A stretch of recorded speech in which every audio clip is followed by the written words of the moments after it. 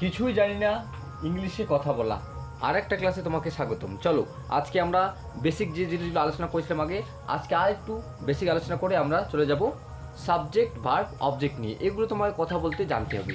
তো চলো সেগুলো কী কী আমরা দেখার চেষ্টা করবো। আজকে প্রথমে আমরা জানার চেষ্টা করবো একদম ছোট্ট একটা জিনিস, সেটা হচ্ছে কি, ওকে, তুমি কিছুই জানো না সেখান থেকেও সব কিছু পারবে। দেখো এটাতে ক্লাস দেখার পর মনে হবে যে হ্যাঁ, এখানে একদম ছোটো ছোটো বিষয় থেকে শুরু করে আমরা সব কিছু শিখতে পারবো। সেটা কোনো একটা জায়গার নাম লিখবো, কোনো ব্যক্তির নাম লিখবো, তারপরে কী হতে পারে কোনো একটা নদীর নাম লিখবো। মানে এরকম লিখতে গেলে আমাদের কি লিখতে হয়, প্রথমের অক্ষরটা capital letter, right? For example আমি লিখছি রবি, RABI, এরকম কেন হয়? আবার যদি লিখি রয়, ROY, সো প্রথমের অক্ষরটা আমরা কি লিখছি, ক্যাপিটাল লেটার, অর্থাৎ প্রথমটা শুরু হবে কি দিয়ে, ক্যাপিটাল লেটার দিয়ে, আর শেষটা হবে ফুল স্টপ দিয়ে, রাইট? আমরা নামের শেষে ফুল স্টপ দিয়ে একটা লাইন লেখা পড়া। যদি কোনো একটা সেন্টেন্স লিখি, ফর এক্সাম্পল আমি বলছি আই প্লে ফুটবল, আমি ফুটবল খেলি, ওকে, আই প্লে বলটা একসঙ্গে লিখতে বল, okay, football, I play football. So কোনো একটা সেন্টেন্স লিখতে গেলেও আমাদের প্রথমের অক্ষরটা কি লিখতে হয়, ক্যাপিটাল, আর শেষে আমাদের কি লিখতে হয়, ফুল স্টপ, ওকে, বুঝতে পারলে? তেমনভাবে কোনো একটা নাম লিখলে, কোনো একটা ব্যক্তির নাম লিখলে আমরা কি লিখবো, প্রথমেরটা ক্যাপিটাল, পরেরগুলো সব ছোটো হাতের। আবার কোনো একটা টাইটেল লিখতে গেলেও আমরা কি লিখবো, প্রথমেরটা বড় হাতের, বাকিগুলো ছোটো হাতের। এটা হচ্ছে ইংলিশের নিয়ম, ওকে। কোনো একটা জায়গার নাম তাহলেও প্রথমেরটা কি বড় হাতের অক্ষর, অর্থাৎ ক্যাপিটাল লেটারে আমাদেরকে লিখতে হয়। তাহলে কোনো একটা সেন্টেন্স বা কোনো একটা ওয়ার্ড লিখতে গেলে প্রথমে আমরা কি করি, প্রথমেরটা বড় হাতে লিখি, একটা সেন্টেন্স লিখলে তার শেষে আমরা ফুল স্টপ দিই। আর যদি কোনো একটা ব্যক্তির নাম, কোনো একটা জায়গার নাম বা কোনো একটা প্রাণীর নাম, তাহলে আমরা কি করি, তখন সেখানে আমরা কি লিখি, প্রথম অক্ষরটা বড় হাতের, রাইট? ক্যাপিটাল লেটার দিয়ে শুরু আর ফুল স্টপ দিয়ে শেষ, ওকে, একটা লাইন লিখতে গেলে। বাট কোনো একটা ব্যক্তি, কোনো একটা জায়গার নাম লিখতে গেলে প্রথমে এটা ক্যাপিটাল লেটার লিখতে হয়, মনে রাখবে, সেটা হচ্ছে বড় হাতের অক্ষর। সো আমরা এবার জানার চেষ্টা করব যেগুলি কথা বলে তোমাকে জানতে হবে। সাবজেক্ট জানতে হবে, ভার্ব জানতে হবে, অবজেক্ট জানতে হবে, এক্সটেনশন জানতে হবে। সো চলো আমরা সেগুলো নিয়ে কথা বলি, ওকে। তাহলে আমরা বোঝার চেষ্টা করি সাবজেক্ট, ভার্ব, অবজেক্ট। এটা লেখা আছে এক্সটেনশন, ওকে, যদি বোঝানো যায় নিচে লিখে দিচ্ছি। সো টেনশন, ওকে, এক্সটেনশন, এটাও আমরা বোঝার চেষ্টা করবো আসলে কী এগুলো, ওকে। চলো, সো প্রথমেই আমরা চলে যাবো এবার কিসে চলে যাবো, আমরা সাবজেক্ট চেনার চেষ্টা করবো, ওকে। সো আমি এটাকে মুছে নিচ্ছি। চলো আমরা এবার চেনার চেষ্টা করবো কি, subject. What is subject, subject কি? চলো এবার তার জন্য আমি দুটো সেন্টেন্স লিখে রেখেছি, যে দুটো সেন্টেন্সের মাধ্যমে আমি তোমাকে সাবজেক্ট, অবজেক্ট, ভার্ব এবং এক্সটেনশন বোঝার চেষ্টা করবো, okay. So Rabi reads a book to improve his knowledge. Rabi তার নলেজকে বৃদ্ধি করার জন্য একটা কি পড়ে, বই পড়ে, ওকে। সো তারপরে পরের সেন্টেন্সটা দেখার চেষ্টা করবে, he invited his friend to join the party. সে তার বন্ধুকে নিমন্ত্রণ করেছে, কিসের জন্য, আমন্ত্রণ করেছে তাকে পার্টিতে জয়েন করার জন্য, ওকে, বোঝা গেল? এবার চলো আমরা জানার চেষ্টা করবো আসলে সাবজেক্ট কি। এবার এই বাক্যে সাবজেক্ট কোনটা, একটা সেন্টেন্স আছে, এটার মধ্যে সাবজেক্ট কোনটা। সাবজেক্ট আমরা চিনতে পারি বাক্যে, একটি বাক্যে, মানে এটা একটা বাক্য, মানে একটা সেন্টেন্স, সেখানে কি আছে বন্ধুরা বলো তো, যে একটি বাক্যে সম্পর্কে যা কিছু বলা হয়, মানে একটি বাক্যে যার সম্পর্কে, ওকে, তোমরা যদি লিখতে পারো যে একটি বাক্যে যার সম্পর্কে কিছু বলা হয় তাকে সাবজেক্ট বলে। এরকম লেখো, বাক্যে, শর্টে লেখার চেষ্টা করো যে বাক্যে যার, ওকে, আমি বোঝাই তাহলে বুঝতে, নোট করে ফেলো, ওকে, বাক্যে যার সম্পর্কে কিছু বলা হয় সেটাই সাবজেক্ট।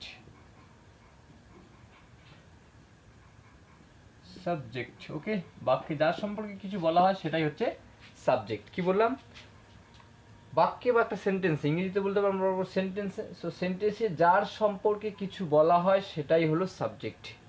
কি বলতে পারি, বাক্যের আমরা আপনি ইংরেজি শেখার চেষ্টা করো সহজে, যে সেন্টেন্স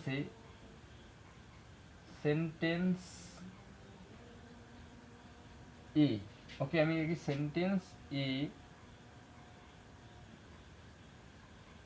যার সম্পর্কে, সেন্টেন্সে যার সম্পর্কে কিছু বলা হয় সেটাই হলো সাবজেক্ট।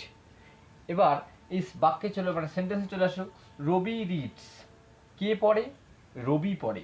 সো কার সম্পর্কে বলা হচ্ছে, রবি সম্পর্কে বলা হচ্ছে, Rabi reads a book to improve his knowledge. তাহলে এই রবিটা হচ্ছে সাবজেক্ট, বুঝতে পারলে? একটা সাবজেক্ট নাউন বা প্রোনাউন হতে পারে। আমরা এখানে হি লিখেছি, এটা হচ্ছে একটা প্রোনাউন, সেটাও একটা সাবজেক্ট। সো পরে আসছি এটাতে। তাহলে এটা কি, সেন্টেন্সে যার সম্পর্কে কিছু বলা হয় সেটাই হলো সাবজেক্ট। পরের সেন্টেন্সে চলে আসো, কি যে he invited his friend to join the party. কে ইনভাইট করেছে, মানে কার সম্পর্কে বলা হচ্ছে, এই দেখো সেন্টেন্সে যার সম্পর্কে কিছু বলা হয় সেটাই হলো সাবজেক্ট। রবি কি মানে হি, যার সম্পর্কে, মানে সেন্টেন্সে যার সম্পর্কে কিছু বলা হয় সেটাই সাবজেক্ট। তাহলে এটা কি, হি মানে এই যে হি, তার মানে ইয়ে করেছে, কার সম্পর্কে বলা হচ্ছে, এই হি মানে এর সম্পর্কে বলানো হচ্ছে না, সাবজেক্ট। তাহলে এটাই হচ্ছে সাবজেক্ট, যে he invited his friend to join the party. কার সম্পর্কে বলা হচ্ছে, হি মানে এই যে সে, হি মানে হচ্ছে সে নিমন্ত্রণ করেছিল, রাইট? তো সেই জন্য এখানে হিটা হয়ে যাচ্ছে সাবজেক্ট। আমরা তো সাবজেক্ট বুঝে ফেললাম, রাইট? এবার চলো তারপরে আমরা কি বুঝবো, এবার ভার্ব বোঝার চেষ্টা করবো। আমরা কি বোঝার চেষ্টা করবো, ভার্ব। ওকে, আমরা সাবজেক্ট বুঝে গেলাম, মুছে ফেলি। ওকে, আর একভাবে সাবজেক্টকে চেনা যেতে পারে, যে ব্যক্তি কিছু করে অথবা যে ব্যক্তি কাজ করে সেই হচ্ছে সাবজেক্ট। দেখো এখানে কাজটা কি করছে, একটা সেন্টেন্সে Rabi reads a book to improve his knowledge, তা রবি কাজটা করছে, তো সেটাই হচ্ছে সাবজেক্ট। এভাবেও আমরা ধরতে পারি। ওকে, দুটো উপায় থাকলো। তাহলে যার সম্পর্কে কিছু বলা হয় অথবা যে কাজটি করে, কে কাজটা করছে, রবি কাজটা করছে, তাহলে রবি হচ্ছে সাবজেক্ট। মনে থাকবে? তো দু রকমভাবে আমরা চিনতে পারি, একটা সেন্টেন্সে যে কাজ করে সেটাই হচ্ছে সাবজেক্ট। কে কাজ করছে, Rabi, Rabi reads a book improve to his knowledge, তাহলে রবিটাই হচ্ছে এখানে সাবজেক্ট। আর এখানে কে কাজ করে, হি ইনভাইটেড, তাহলে কে ইনভাইট করছে, হি মানে যে সে ইনভাইট করছে, তাহলে হিটাই হচ্ছে এখানে সাবজেক্ট। দু রকমভাবে আমরা চিনতে পারি। এবার চলে আসো ভার্ব।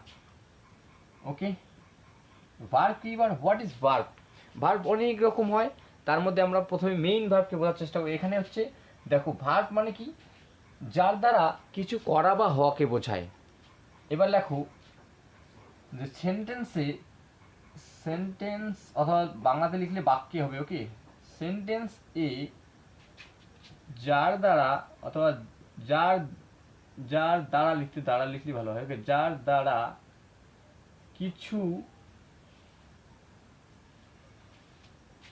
কিছু হওয়া বা করাকে বোঝায়, রাইট? যার দ্বারা কিছু না লিখে আমরা যার দ্বারা কোনো কাজ, এরকম লিখলে খুব ভালো হয়। যার দ্বারা কোনো, ওকে, যার দ্বারা কোনো কাজ করা বা হওয়া, হওয়া কে বোঝায়। ওকে, সেন্টেন্সে যার দ্বারা কোনো কাজ করা বা হওয়াকে বোঝায় তাকে আমরা বলি কি, তাকে ভার্ব, তাকে ভার্ব বলে, তাকে কি বলে, তাকে তাহলে ভার্ব বলে। ওকে, কোনটা ভার্ব? তাহলে এবার কি বললাম, সেন্টেন্স, এখান থেকে পড়ো, সেন্টেন্সে যার দ্বারা কোনো কাজ করা বা হওয়াকে বোঝায় তাকেই ভার্ব বলে। এবার কি, এবার তাহলে সেন্টেন্সে যার দ্বারা কোনো কি কাজ করা হয় তাহলে কি হবে, দেখো রবি reads a book, Rabi reads, এবার রিড মানে কি, রিড মানে হচ্ছে পড়ে অথবা পড়া, রাইট? সেই বাক্য হচ্ছে পড়ে, তাহলে রিডস মানে এগুলো কি, পড়ে।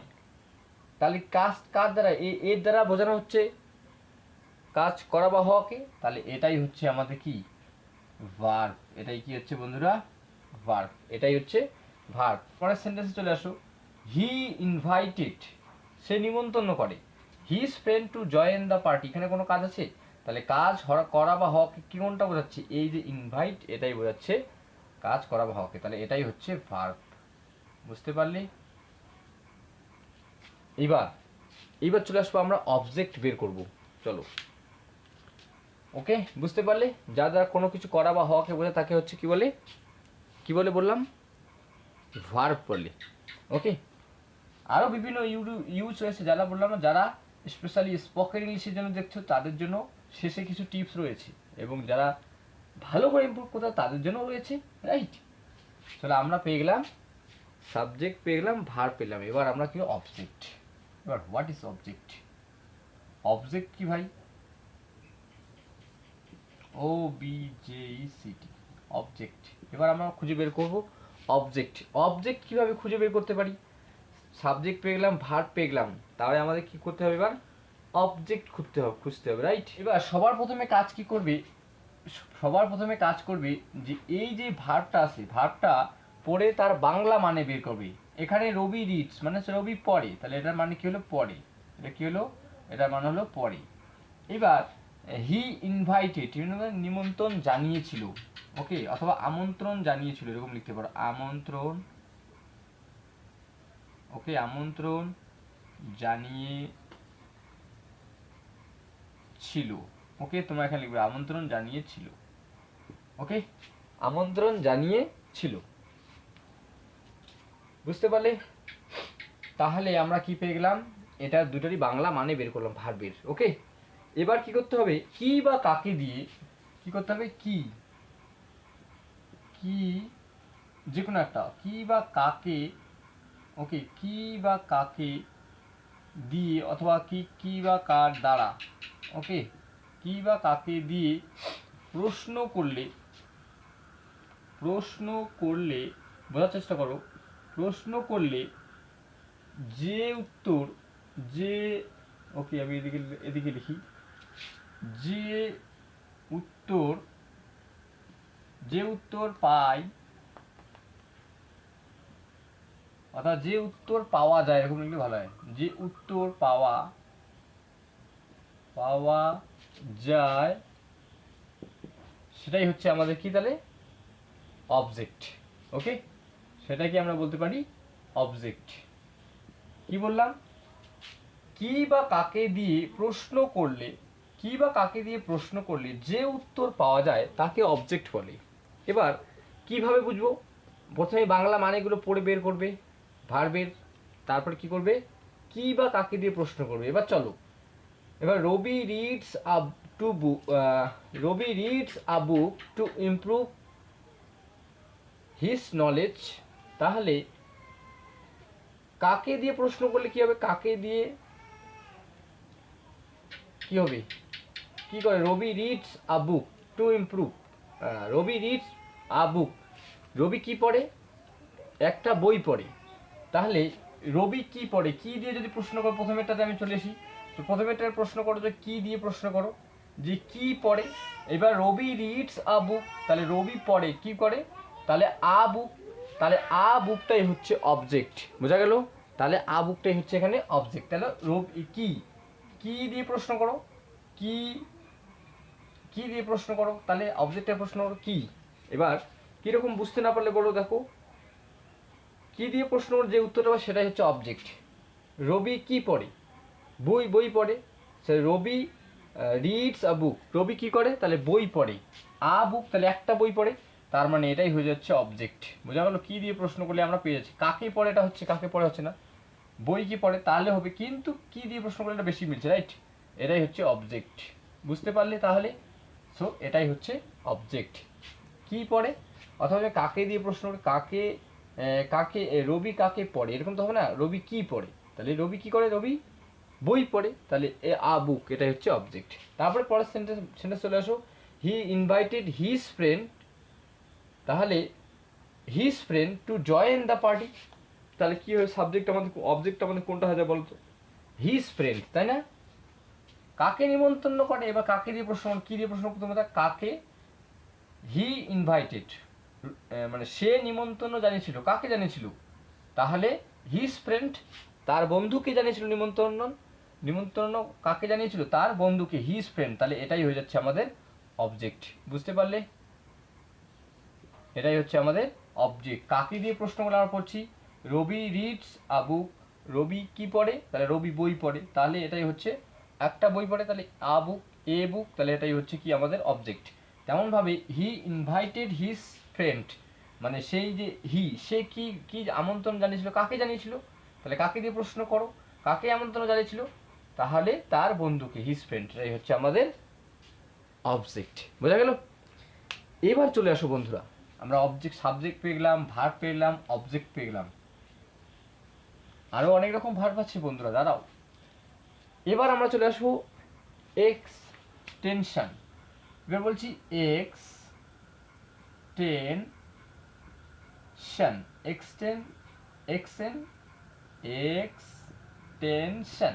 ওকে, এক্সটেনশন। এবার এক্সটেনশন মানে কি?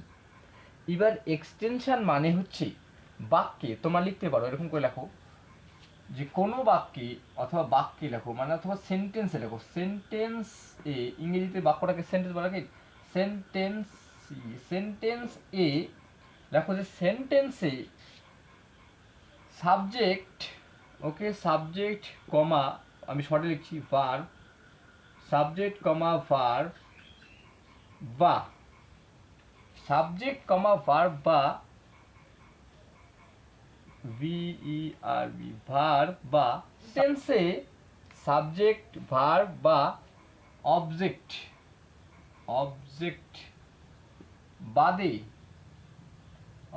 বাদে যে অংশ পড়ে থাকে অথবা যে অংশ থাকে, এরকম কথা, ওকে, যে অংশ থাকে তাকে কি বলে? তাকে সেন্টেন্সে সাবজেক্ট ভার্ব বা অবজেক্ট বাদে যে অংশ থাকে তাকে এক্সটেনশন বলে। বোঝা গেল? সেন্টেন্সে সাবজেক্ট ভার্ব অবজেক্ট বাদে যে অংশ থাকে তাকে এক্সটেনশন বলে। বোঝা গেল কেমন করে? এবার তাহলে সাবজেক্ট রবি, রিড হচ্ছে ভার্ব, তাহলে অবজেক্ট হচ্ছে কি আমাদের এ বুক, তারপরে আমাদের বাকি অংশ কি থেকে গেল? তাহলে এই যে বললাম যে সেন্টেন্সে সাবজেক্ট ভার্ব অবজেক্ট বাদে যে অংশ থাকে, তাহলে কোন অংশটা আছে আমাদের? তাহলে টু ইমপ্রুভ হিজ নলেজ, তাই না? তাহলে এটাই হচ্ছে আমাদের টু ইমপ্রুভ হিজ নলেজ, পুরোটাই হচ্ছে আমাদের কি? তাহলে এক্সটেনশন। বোঝা গেল? এক্সটেনশন, এক্স মানেই তো টেনশন, তাই না? ঠিক তেমনভাবে এটা বাংলা বানাচ্ছে বাকি অংশ। ওকে, এক্সটেনশন। ওকে, তাহলে টু ইমপ্রুভ হিজ নলেজ, এটা পুরো হচ্ছে এক্সটেনশন। তারপরে চলে আসো এবার মানে হিটা সাবজেক্ট, ইনভাইটেডটা হচ্ছে মানে ভার্ব, হিজ ফ্রেন্ডটা হচ্ছে object, two join the party, তাহলে এটা বাকি অংশ থেকে গেল আমাদের সাবজেক্ট বা অবজেক্ট বাদ দিয়ে কি থেকে গেল? Two join the party. তাহলে এটাই হয়ে গেল আমাদের এক্সটেনশন। এক্স মানেই টেনশন, তাহলে এক্সটেনশন। বোঝা গেল? মানে হচ্ছে বাকি অংশ। এবার নিশ্চয়ই বুঝতে পারলে যে সাবজেক্ট ভার্ব অবজেক্ট এবং এক্সটেনশন কি। দেখতে থাকো, যারা স্পোকেন ইংলিশ ইমপ্রুভ করতে তারা আমাদের প্রত্যেকটা ক্লাস দেখো, অবশ্যই ভালো লাগবে। ওকে।